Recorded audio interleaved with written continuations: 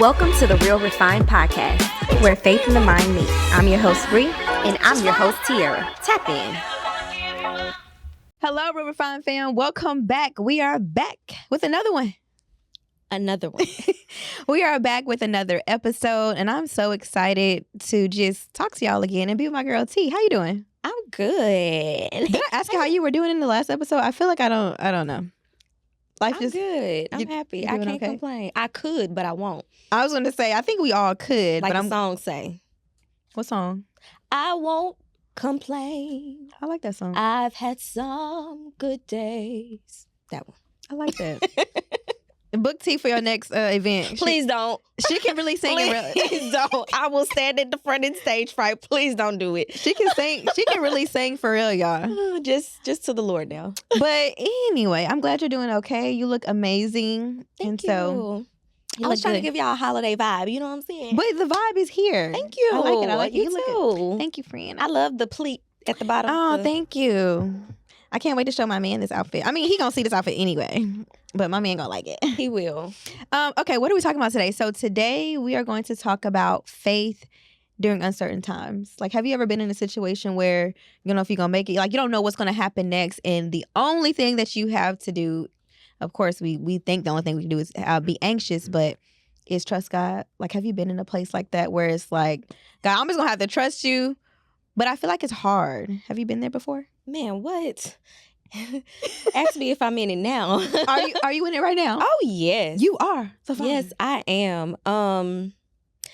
It's tough. Yeah. I mean, we all know what faith is. We all know that like the word says, that it is impossible to please God without faith. We know faith is the substance of things hoped for and the evidence of things not seen. We know all of this stuff. But when it comes down to being in a situation where you are literally unsure of the outcome, and then on top of that, when the odds are stacked against you, that part, like in real life, it's really challenging to really operate in faith. It's hard. Yeah, for me, I find that it's most challenging to trust. And I say that because if you're a person, a lot of us want to see things to believe it, right? In reference to what you just said, like we want to be able to see it, feel it, smell it, whatever, in order to say that this is actually true and that we can actually obtain it. But I feel like with faith, it's really hard because you can't see it right away. And I think for me, and I could say probably just in general, because we are a microwave society, when we want things to happen, instead of just trusting that God is going to make it happen for us, if it's according to his will, let me just say that. And when we're wanting to be in that space, it's really hard to wait, to just pray, ask for whatever you're going to ask for, or really ask God what he's wanting to do in your life and just wait. That waiting period is crazy though. Insane. Because it'd be like knocking on, God, you ready yet? Do I have the blessing yet? Did you tell me yes yet? Is it no? Like whatever it is. But I experienced a really big transition this year to where I had no choice but to just trust whatever God said was next. And the hardest part for me, hand raised, I'm a person who operates in wanting total control. And because of that, I guess I'm coming out of it, but trusting God 100%. I mean, when I say trusting him, I mean with finances, I mean with my children, I mean with my marriage, home life, whatever it is. I used to have a really big problem, like full surrender, because we say we surrender all to God, but do we really? Man, what? We can say it, but are you 100% surrendered? Meaning, like if he tells you to move tomorrow or right now, are you trusting him 100% to do that? I wasn't there before. But this year, and it doesn't have to be only in uncertain times. I think we should trust God in general. But I feel like when you're exercising your trust muscle and your faith muscle even more when you're in a situation where you have no choice but to just wait on what's going to happen next. You don't know what's going to happen next. But back to me being in control, because I wanted to control the outcome so much and the next step so much, it was really hard for me to just say, okay, God, whatever you say. Like, I know that you have a plan for me. I know you want what's best for me. I know that you want what's best for my family. You're going to protect my kids. I know these things, but do I believe it? Yeah. I think that's the hard part. We can know it, but do you 100% believe that God is going to be the one to really put you on the right path. And I think we have a lot to do with it too, because we don't fully have faith in what he's going to do in this uncertain time. We start making our own plans and plan B and our escape plans and different routes and all these other things. So my lesson this year has just been trust 100%. Not trust but, not trust if, not trust when. It's whatever it is, 100%. God, I trust you. Ooh. That's hard. The trust if, the trust when. That's real. That's hard. Yeah. A really hard lesson. What are your thoughts? Something that I've been saying this last half of the year is I don't want to just believe in God. I want to believe God. Yes. When I say I believe in God, okay, I know that there's something out there that runs everything and that has the ultimate say so. But when I believe him, that means that when I open his word, whatever his promises are, I was just reading a scripture in Isaiah last night. I want to say it's in Isaiah 53, or it might be verse 53 of some other chapter. But it talks about he will hear your prayers before you even ask them. He'll answer them before you even ask. And if I believe in God, that doesn't necessarily mean that I believe that when I pray for something, he's already heard me before I even asked him. I think that it is difficult when you are staring something in the middle of the face and there's no evidence around you that this is going to work out. And I really, when you talk about this, I'm thinking about Noah. And, you know, we talk about him now as like this pillar of faith and this righteous man. But do you know how insane it is to hear an instruction from God to build a boat in preparation for a flood in a place where it doesn't rain? This wasn't just a one-day commitment or a moment commitment.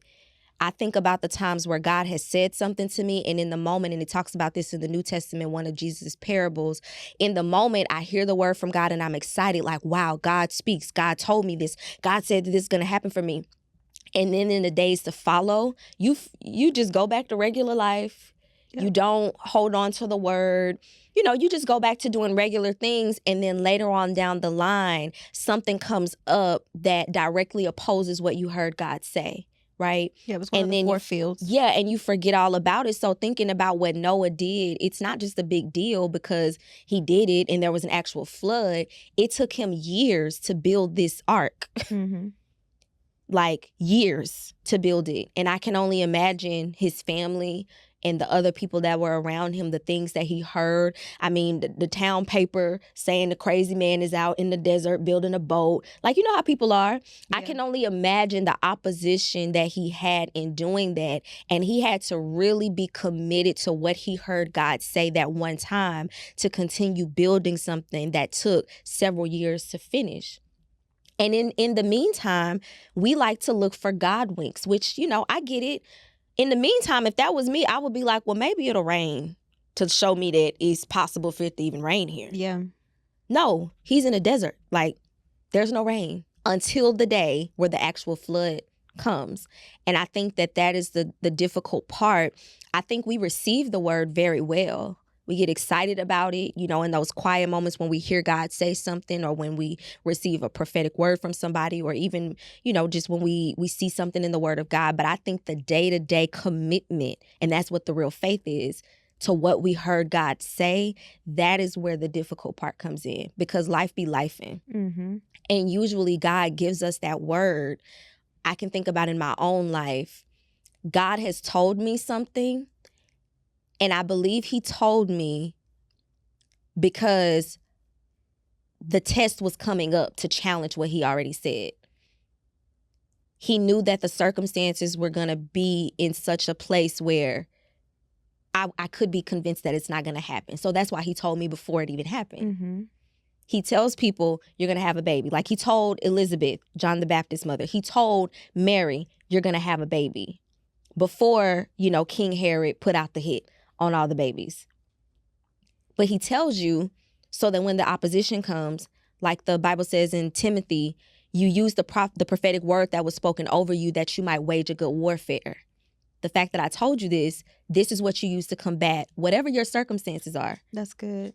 But it's hard to do that. Can you imagine like a woman getting pregnant and God speaking to her something about this child, what the child's name's going to be, what the child's going to do, and then your doctor tell you you have a, ectopic pregnancy or whatever the case, and you need to terminate this pregnancy because your child is not going to make it and you could possibly lose your life. Like the reality of that. Yeah. That's exactly how it actually happens. You don't receive a word and then just get to skip off into the sunset and have fun until it comes. Yeah. Like sometimes God gives you that word so that you can contend for it. Mm-hmm.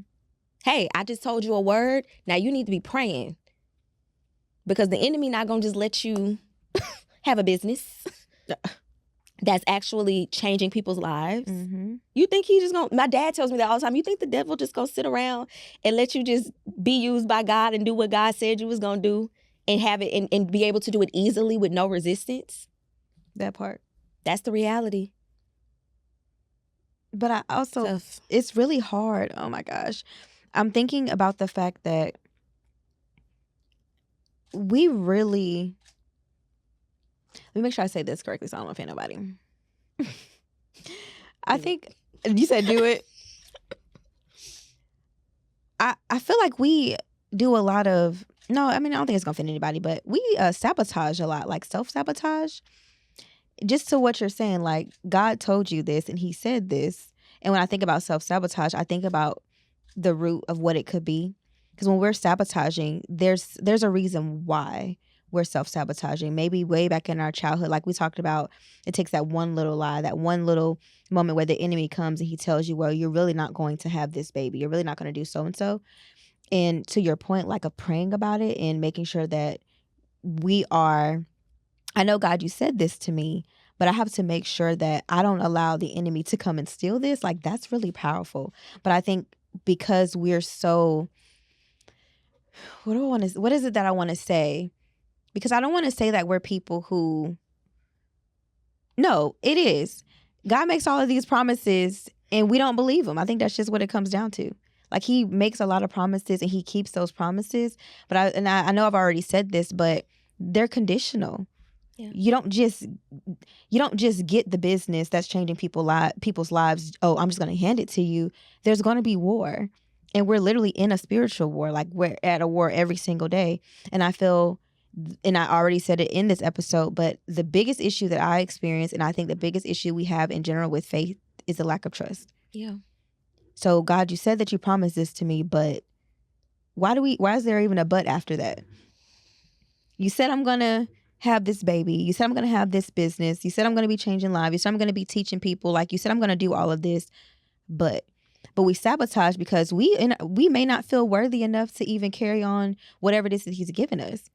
We don't feel worthy of it. But that's on a different tangent. I know we're talking about uncertainty, but I think a lot of the time, the other side of the transition or life or whatever it is, like the other side of the uncertainty, we don't know what's there. And it's very uncomfortable when you don't know what's going to happen next. Yeah. When you have no idea what tomorrow is going to be, like that's where anxiety comes in. Where you have no idea, okay, am I going to be able to pay my bills? Am I going to be able to get a job? I would never forget in this transition this year, applying for so many PM like positions. Well qualified, actually. Rejected.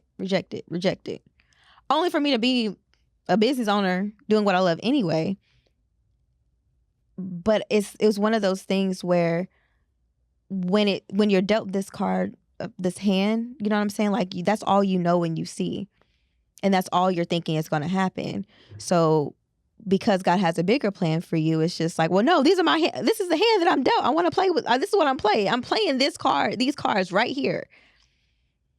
But if we just flat out say like, God, forgive me, I don't trust you, I feel like it'll be. I feel like there's such a release if we're just honest.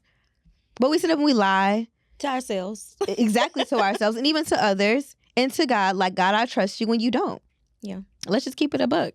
So what do you even do in that situation when you know for a fact that you are not fully trusting? Like, what would you tell someone who, in fact, they really want to trust God, but they feel like they can't? So I want to say also that like when we talk about the resistance to the promise is basically what we're talking about. I'm not talking about, because we know that this is a spiritual thing, but we live in a very natural, we have a very natural existence. So like the resistance is not just voices in your head telling you this not gonna happen, you're crazy, God don't love you. Like, it's not that. It is very natural things. There is science. There is very natural, tangible things saying this is not possible for you. Mm-hmm. And I think one of the things that we have to hold on to when we are in those situations, and I know it sounds so like, girl, I'm going to say it anyway. Remembering who God is so powerful, because I'm saying, like in the case of the person that is promised that, you're going to have a child, science is saying this is not possible. Medically, this is not going to happen for you. We have to remember that we serve a God that is not subject to science. He is omniscient, meaning that does not contain him. So remembering God's nature, remembering that he cannot lie, that he wouldn't tell you something just to take it back, like remembering who he is really is the key to like overcoming that and challenging yourself to ask, do I really believe him? Mm-hmm. I mean, and it sounds like such a dumb question to ask, when you call yourself a believer. But when you're in circumstances, it really just comes down to, do I believe the science or do I believe God? Do I believe what the situation is saying or do I believe God? Do I believe the reality or do I believe God? Do I believe what the perceived facts are or do I believe God? He operates in areas where there is uncertainty. And the only thing that we have to do is to push ourselves to believe him over what we see. It's not easy. It's a process. Like I said, with Noah building the ark, that was years. I'm sure there had to have been days when Noah got up to go work on that ark and was like, I don't even know if I'm supposed to be doing it. If it's going to rain for real. Yeah. But it's not even about that. Your belief can waver, but your faith is in, I'm going to keep going in that direction. The doctor said that I'm not going to make this pregnancy. I could be shaken by that. I'm a human. Like, I'm a person. But my faith says, no, I'm going to go to another doctor. Or my faith says that, no, I'm not going to terminate this pregnancy. Or, you know what I'm saying? Like, the humanity and the thoughts that we have that comes with that, I feel like that's fine. I think that God has provision and grace for that. But I think the faith is, I'm going to keep moving in this direction anyway. God told me that I'm going to have this business and I'm going to do this thing. But then, I'm having issues with filing paperwork, or I'm not able to get any consistent clients, or, this thing is not working. I'm going to keep trying. Like, that's the faith part. It's really not even about how you feel for real. Mm-hmm. Faith is not an emotion. It's, I'm going to continue taking steps towards this thing because God said that this is what I'm supposed to be doing. Yeah. Easier said than done. But it can be done. I'm one of the people that believe, like, and I told my nutritionist this, I said, I'm one of the people that believes that if I don't like something, I can make myself like it over time if I just keep doing it. If I don't like working out, if I don't like eating certain foods that I'm supposed to be eating, I believe that I can learn to like it by just doing it. Like, I don't like Brussels, but I'm gonna eat Brussels sprouts if that's what I need. I feel like it's the same thing with faith. Like, you don't have to be 100% sold in order to just do it. Oh, wow. We do stuff on autopilot all the time. That's true. Like, we just do stuff just to do it all the time. You don't have to be 100% sold. That's why God says, if you just have faith the size of a mustard seed. Mm-hmm. Because there's going to be days in building something, it feels like this is a waste. I don't understand why I'm doing this. Did I really hear you? But I'm going to keep showing up. That's the hard part. Because you have to make a habit of doing something that feels unnatural to you over a period of time. Yep. And that's not easy to do.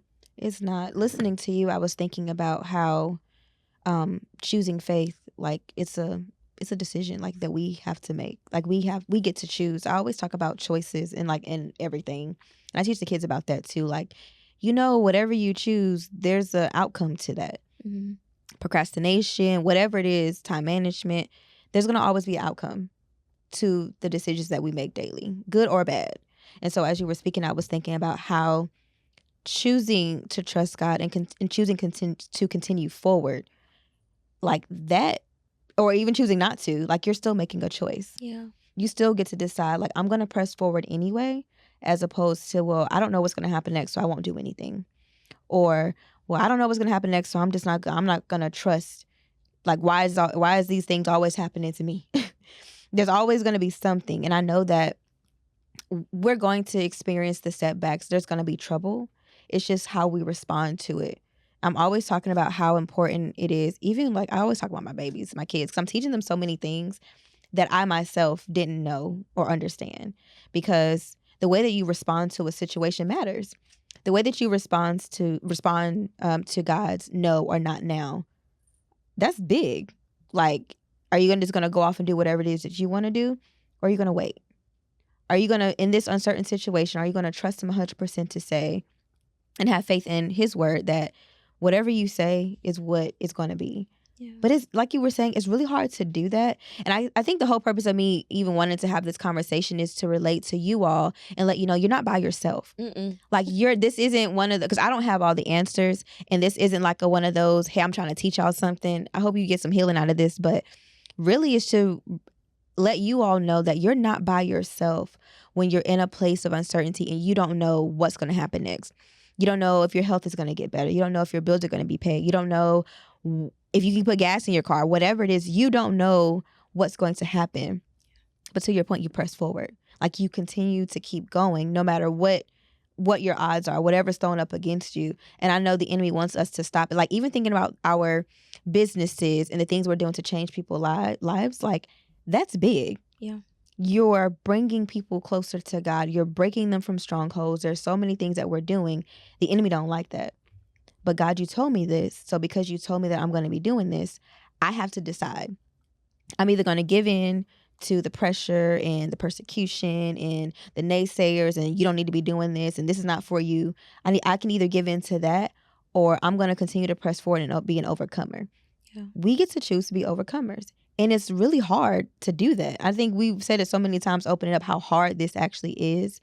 But y'all and us, like the way that you feel when you stand firm, oh my gosh, like there's this sense of not only release from the chains, but there's like this peace and joy that you feel when you get to the other side of what was so uncertain. Yeah. Like the joy that you feel when it's just like, I stood on business. Enemy didn't win. Okay. Like whenever you get to the other side and even overcoming yourself, when you get to the other side, there's just this level of gratitude that you have where it's just like, this is why I'm supposed to trust you. And this is why I'm supposed to have faith. This right here, right there. The outcome of having faith is building more faith. It is. I can think back to when I bought my house. The whole situation around that was so crazy. Like, it was so evident that God's favor was all on it. It was insane, actually. But just to speak to what it looks like on the other side of it, like going through that process of buying my house, I had no idea what the outcome would be. I had a lot of fear around it. Mm-hmm. I had a lot of, beliefs that were kind of negative about my ability to do it, about being able to afford it, like all of the things, right? And as I submitted myself to the process, which is one of my new prayers to God, it's like, Lord, I submit to your process. Like whatever you got to do with me, whatever you're doing, I submit myself to your process. Like I'm not going to fight you. But at that time, I was submitting myself to the process. And as I was obedient to what I heard God saying that he wanted me to do, every day I woke up, things just started moving one step in front of the other, one step in front of the other. If I had looked 5 months before then, I wouldn't have predicted that things would have been in that space, right? Mm-hmm. So by the end of it, the way that everything came together, it was just a lot of favor. Things moved a lot faster than usual, and other people were commenting on that. And And by the time I got to the end of it, I was able to turn around and look at how all of the pieces came together to bring me to that place. So All of the moments of uncertainty, all of the circumstances that were around it that seemed like maybe it's not the time, maybe, you know what I'm saying? Like in hindsight, you look back and you're like, wow, I'm so glad that I trusted God through this, because now I see what he can do with my very little. With my very little, not even believing fully, because I'm not gonna front, like, I wasn't walking through the process thinking like, yeah, this is gonna happen. I know the Lord finna do it. I trust. That's not what it was. That is not what it was. It was like, I'm gonna say something. A lot of times we think that once you hear from God, you get a peace. And in some situations, that's true. I heard the answer from God, and I remember having a lot of anxiety as I was still taking the steps. Like when I was signing the papers that I'm gonna make this purchase, I was like, how am I gonna pay these bills? How am I gonna make it? yeah. Oh my God, I can't. But the only reason I was doing it was because he said yes. He said go. And he didn't even say it in a direct way. He came with one of them little parables, one of them little, like, God, tell me exactly what to do. And it was just like, he just gave me one piece. And that's another part of it. As believers, we have to like come to terms with the fact that God is not going to show you the full picture. No. It's not going to happen. He's not going to show you what's on the other side of this step. He's just going to say, take the step. You got to trust. Do this. Yeah. And you want to know how it's going to work out, when it's going to work out. Is it going to work out with this person? Is it going to work out with that business? You want to know all of these details, but you're only going to get a little bit. Like, and I think that's the hard part, because we like to feel like we're in control of our lives. We like to feel like, even with people using horoscopes and stuff, like you're trying to be able to predict or anticipate what kind of relationship you'll have with another person, who another person is based on their sign, because you want to have some level of control. You want to have some level of knowledge that gives you leverage in the relationship. Yep. That's what you want. But with God, it is this constant cycle of surrendering, not being in control. Things are still working out in my favor, but I wasn't in control. And the reason why I believe in most cases is because you can't take the credit for it when it's done. You're my child. I'm the dad. I'm going to take care of you, but you have to allow me to. You can go out here and get it on your own and put all the work in that it takes to do it. But if I'm going to take care of you, you have to trust me. When you're a kid and you living in your parents' house, you don't have nothing to do with how them bills get paid. You don't make no rules in that house. You just there. That is what it is with God. Yep.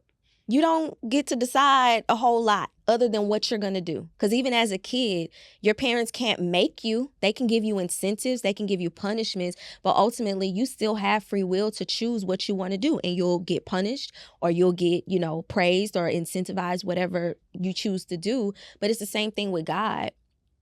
You're not in control. You don't get to say how, when, where, who. You just get to choose whether I'm going to submit myself to this process or not. And again, it's easier said than done, but I think this belief that we have that I'm going to come to Christ and all of my dreams are going to come true and my life is going to be this thing where I'm going to be happy. That is not the purpose of life, to be happy. The purpose is to be in his will, that his kingdom in heaven may manifest in the earth. The purpose is to win more souls to him. And in order for that to happen, because you are not the author and finisher of anything, you have to be a part of a process. This is not the Tierra, Sade story. This is his story, and I'm a part of it. So I have to submit myself to the process of that. And it's difficult, but the faith is, I don't understand it. It doesn't make sense, or I don't like it. Because sometimes faith is in him saying no. No, I thought I was doing this. This is what I want to do. I've always wanted to do this. This is my dream. No. And then being, I don't like it. with the no. I don't agree. And that's the thing. When your parents set a rule, the requirement was not that you liked it. It's never been that. I mean, some parents is a little over the top. They want you to smile. You can't even be in your room kicking and screaming like they gonna come in the room. What you said? Like, but for the most part, in a healthy household, you don't have to like it. Thought I heard you say something. Yeah, what was that? Who you talking to? Nobody? Oh, so I'm nobody. Ain't no, don't slam my door. Don't close my door. Okay. Like, what is it? How do we all grow up in the same house? Right. But the requirement is not that you like it or agree with it or understand it. Like, the requirement is just that you do it. Yeah.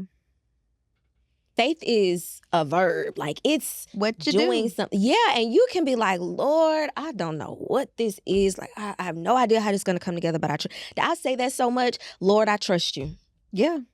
That is my like, whew, this don't mean, Lord, I trust you.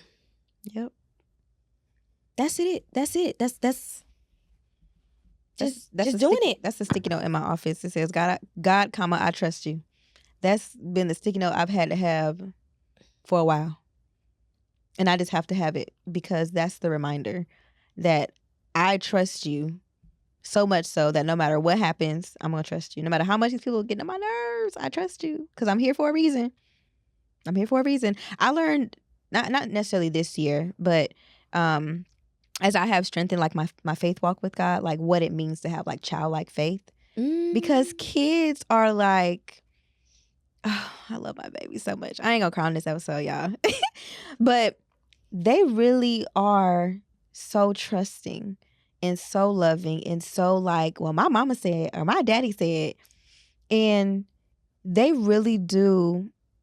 They want the unicorns and the rainbows and all the sunshine. Like the amount of trust and faith that they have, like even in us as their parents, like I understand it more now, like even watching my children, because when you as the mom or dad say something, they hold on to, well, mom, you said you were going to do this. And they're, of course, expecting you to do it. But they also know that you're there to protect them. So when I look at my kids, the relationship they have with me and my husband, and then I'm thinking about the relationship they have with God, like, you said so many things and you're there to protect me and to love me and to guide me. I believe that. I believe that. I know that I got some ways and you have this plan for me. And sometimes I do a little bit too much because that it's just in us. And to know that I am believing in you, like not if, when, or but, it's just I believe you and I trust you. Like, yes, we talk about how hard it is, but when you have like, when you think about our kids and you think about children in general, like they really do trust you. And it can be a little scary sometimes. Man. So we have to teach children, you know, stranger danger and things like that. There has to be some set of boundaries there to teach them that. But like having the faith and the belief that they have in God, like the changing point for me, it just took so much of the stress and the anxiety. It doesn't change the fact that I'm, you know, thinking about it sometimes, but I don't think about it as much. I'm not sitting in, okay, what's going to happen next? What's going to happen next? I remember how much anxiety I used to have with the kids even getting on the school bus. Oh my goodness. Talk about the amount of control that you want to have when your children are like leaving you and they're going somewhere else. And when you just kind of release and just know that, now, let me just say this. There has to be, like I said about boundaries, but there has to be some set of provisions in place and understanding of like safety. Of course. You know what I'm saying? Like with children and understand. I feel like there's a responsibility even for ourselves. There still has to be something set up to where we're just not out here living crazy and we're not just going to jump off this bridge. Like there has to be a limit there. But when you release the need to control it all and to have all the steps written out, step 1, step 2, step 3, when you like let go of that thought process, it changes a lot of things. Yeah. But kids really are a really great example of what it means to trust and really have faith and really sit and believe that, okay, this is what you said, guys. So I'm going to really believe what you said because you said it. Yeah. Literally that. What's your favorite scripture? Jeremiah 29:11. Yeah. Your plan for me is to prosper me, not to harm me, to give me a hope in the future. Like, if I really believe that, and I know that I've gotten instruction from you to do something that is extremely uncomfortable, out from left field. Yep. But if I ultimately believe that you would never lead me somewhere with the purpose of causing me harm, not to say that I won't be uncomfortable, not to say that I won't feel challenged, but you would never lead me somewhere for the purpose of me falling apart and becoming all the way undone. Even when God breaks you, like, I'm doing it because I'm trying to bring you to a place where you can be whole there, right? Yeah. Like he's not out to get you. And like you're talking about with your kids, like that's the same dynamic that children have with their parents. Like if their parents tell them something, even though I want to do it, my parents not going to hurt me. Like that's my mama. That's They my want what's daddy. best for you. Yeah. Ooh. A lot of stuff we complicate. We try to read all these books and go to all of these conferences and workshops. We spend all of this money. I'm even thinking about in business, like you're going to all of this stuff, paying for all of this stuff. And I'm not saying that there's not, investments that we need to make when we're doing it, but you're trying to wait for somebody to tell you something to make you feel ready to make a move. Like, there's not going to be a speaker that's going to say something that's going to change everything. If that is what you're supposed to be doing, if that is what God's called you to do, you just got to get in there and start with what you have. Yeah. Because sometimes we be trying to sit around and collect information until we feel comfortable and collect, people backing us up and supporting us and saying, yeah, you can do this. And we try to collect all of these things, even all of these resources. Mm-hmm. It don't take all that. The first time that I taught a class, I made an announcement and I built it as I taught it. Each week I would meet, I would teach, and then that same week, for the rest of that week up until the next time we met, I would put the rest of the stuff together. I had attended all kinds of stuff, trying to get the courage to do it, trying to maybe if I learn this, or trying to just gather all of these things, but usually with God. And I'll share this really quick. With God, I can tell that God is in a big decision that I have to make when he doesn't leave me a lot of time to make the decision. When he doesn't allow me enough time to have to really sit down and map out and figure out some of the major decisions in buying my house and going back to school and all of this. Like, it's been decisions where I had like a day to say yes or no. And I'd be like, I need to calculate finance. Like and it's like, you have a day to make a decision, and it'll be something that God had already spoken to me about. And then when it comes down to doing it, you got one day to make a decision. That's how I know. Because he's like, I don't need your calculations. You gathering the resources and gathering, like, you don't need that. You just need to do it. And then I've learned that even, because it's always this fear of like making the wrong decision, even if this is the wrong move, if I'm coming to God with it, if I'm presenting it to God, if I'm sitting with God on this, the word of God says, I believe in Isaiah, that he will go before you and make your crooked path straight. Because I'm doing it out of submission to him. Not just going out here, running out here doing stuff. This stuff, and a lot of times it's stuff that we've been sitting with for a long time. It's go time. It's time to just do it. You spend more time thinking about doing it, calculating all the risks, thinking about all the stuff you need to do, the stuff you need to get, and it's so much faster to just do it. When you set your hand to the plow, it don't even be taking as much work as you thought. That's what I have experienced. Oh my You gosh. make it bigger in your mind. I said something a few years ago on social media. Fear complicates what faith simplifies. Fear complicates what faith simplifies. The devil really is in the details. You don't need the details. You just need to do what you were told to do. That's it. Girl, I'm over here thinking fear. Literally. And then you started Fear complicates it. Fear. That's one of the biggest reasons why. Like because we always hear faith over fear. Choose faith over fear. We say it. People say it. What does that even mean? It's actually a decision based on, we already talked about this. I am choosing faith over fear, meaning, God, I'm going to trust whatever you said. I'm just going to do it. And enemy, get behind me because I'm not afraid of you. Fear is false evidence appearing. I ain't gonna lie. No, but fear. Here's the thing about fear. You can be afraid, but you have to put fear on trial. Yeah. It's simple as that. You put the fear on trial, and you have to begin to find evidence of this fear being real. And past failure is not evidence either. Just because you failed before does not mean that you're just doomed for failure every single time. It doesn't mean that. Past failures and all those things that have happened before is not evidence that you're going to continue going down that path. Now, if you choose to do that, that's on you. But at the end of the day, I'm so happy you brought up fear, because that's exactly what I was thinking when you were speaking. We are afraid to go that route because we don't know what's going to be on the other side, for one. but the fear feels so real. And you already have it in your mind that this is the outcome. I already know that this is going to happen. How you know that? I mean, let's be for real. How do you already know that you're going to be unsuccessful? How do you already know that this is not going to work out for you? How do you already know that the bills are not going to be paid or whatever? How do you already know that? Yeah. Why? I feel like the better route is to choose faith because I don't know what's on the other side. But I'm going to trust you, God, and I believe you 100% that, look, you got me.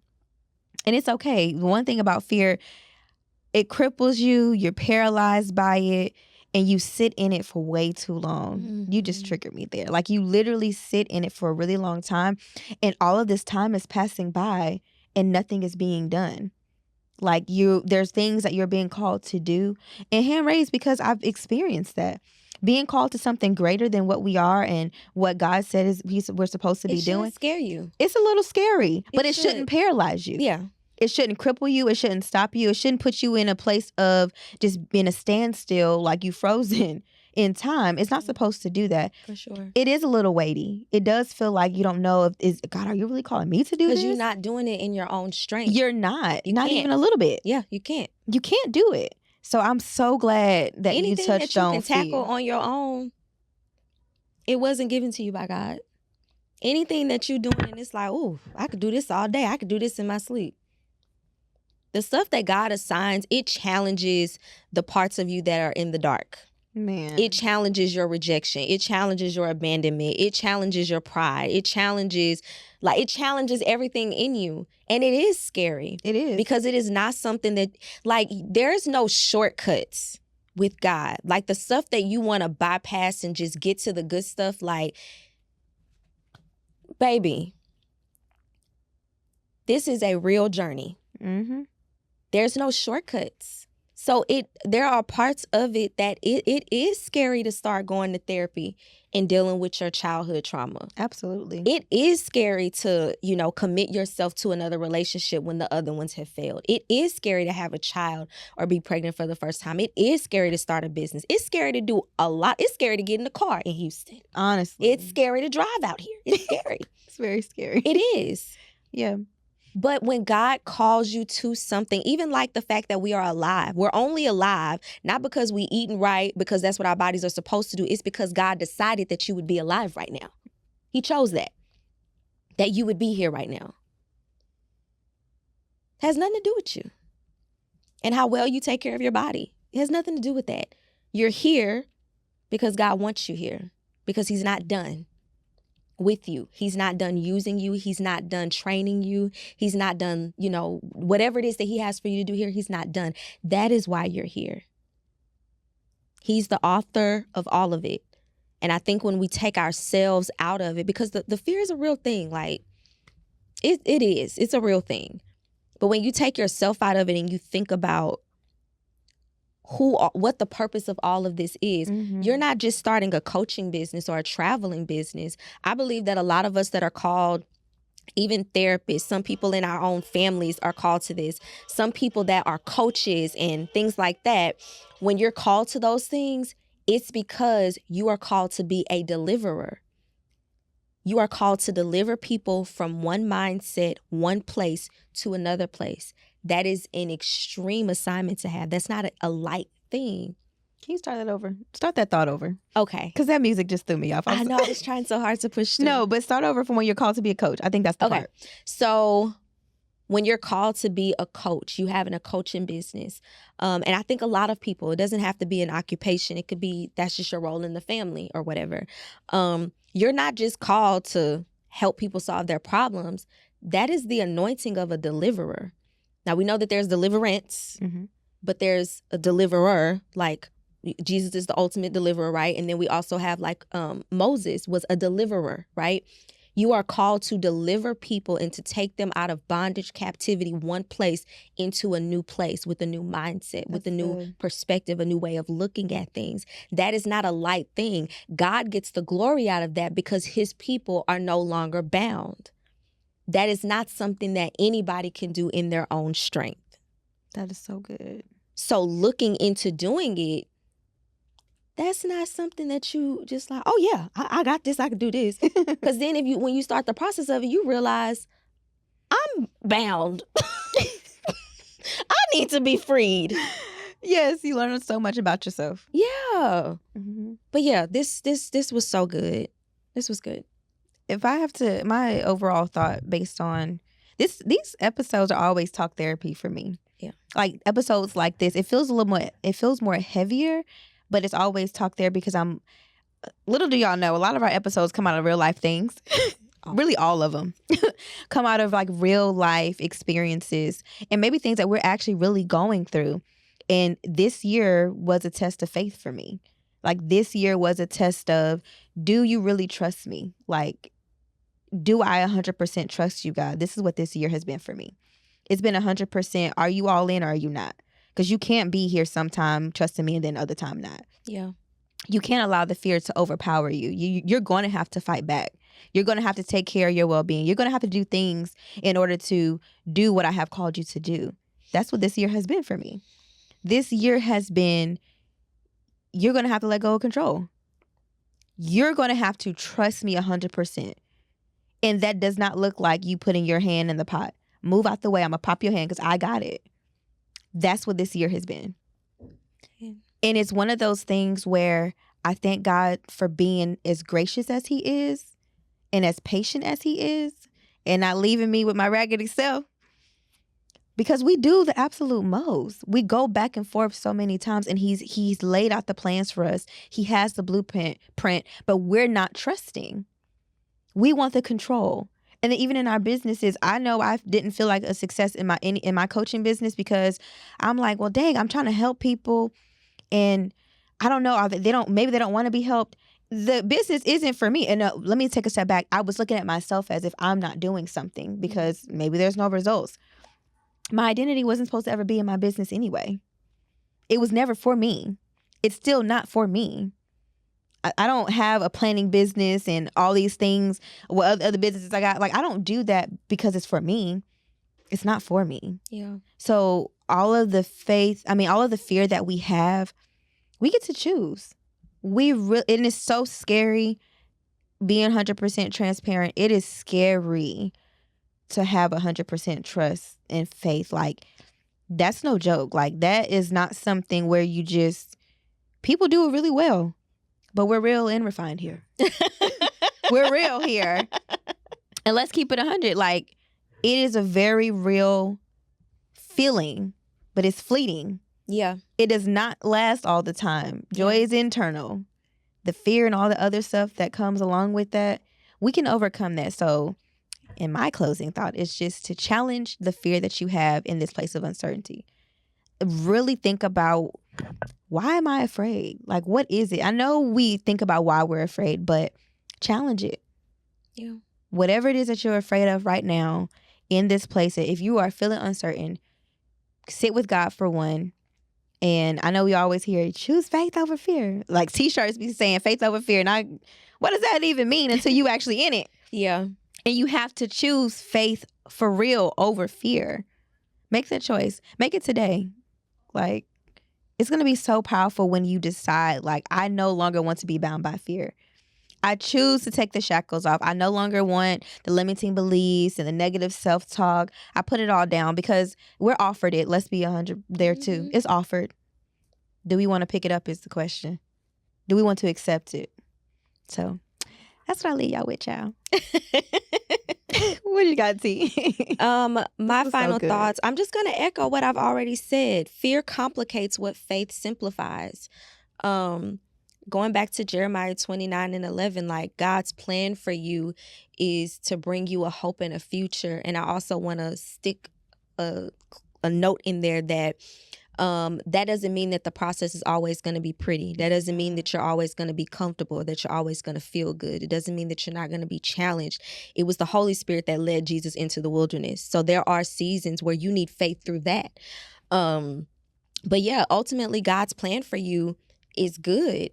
And I mean, as somebody who is navigating that space currently, yes, I have to choose, number one, to immerse myself in the Word of God and not just to do this religious practice of reading the Bible, but it is to remind me He's in control. He's got the power to do this.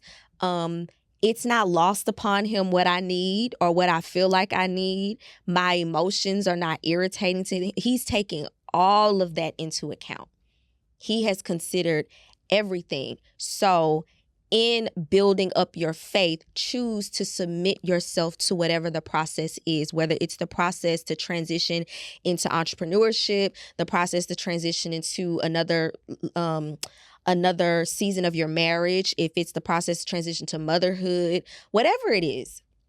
If it's a trying time, submit yourself to the process. You don't have to be feeling it. Like, you don't have to like it. You don't have to understand. You don't have to agree with it, to just submit yourself and trust. Yeah, I mean, that's all I got. It's tough, but God has already given us all that we need to do it. And I believe that as you start trying to submit yourself to building your faith, God is going to meet you where you are, and he's going to start to show you evidence that you're on the right track. Because sometimes all he's waiting for, we feel like we're praying, he's not saying anything. Sometimes all he's waiting for is that shift in mindset. Yep. For us to, you know what, I need to seek out God, or I need to believe or trust God's word on this. And sometimes it's not a rhema word that we want. Sometimes you just need to get in that Bible. Sometimes it's the Logos word that you got to hang on to until you get to a better place in your situation. But that's it. I hope that whoever is in a tight spot, whoever is in a bind, Nate. I'm in a bind, Nate. I'm in a bind, Nate. I hope that you know that God is for you. He's not, if you're in a tough spot, you're not there forever. He's not there to hurt you. He's not there to try to break you. He's only trying to mold and purge you so that you can be more like him, and you'll be more effective in winning souls to his kingdom and doing his work. And he wants you. He wants all of you. That's so good. Are you the rapper-upper today? I can be the rapper-upper. We hope that y'all are having the greatest week ever, or you had the greatest weekend ever. And we love y'all. Like, trust God. All of this is to edify us and you. For real. And to just be that reminder, to just remember who God is, and also to know that you are not alone. Like, in whatever it is that you're dealing with, there's somebody else that is just like you. There's somebody else out there that is dealing with the same thing. So you're not alone, and God is for you. And have an amazing week, because I said so. Love y'all. Bye. Bye, y'all.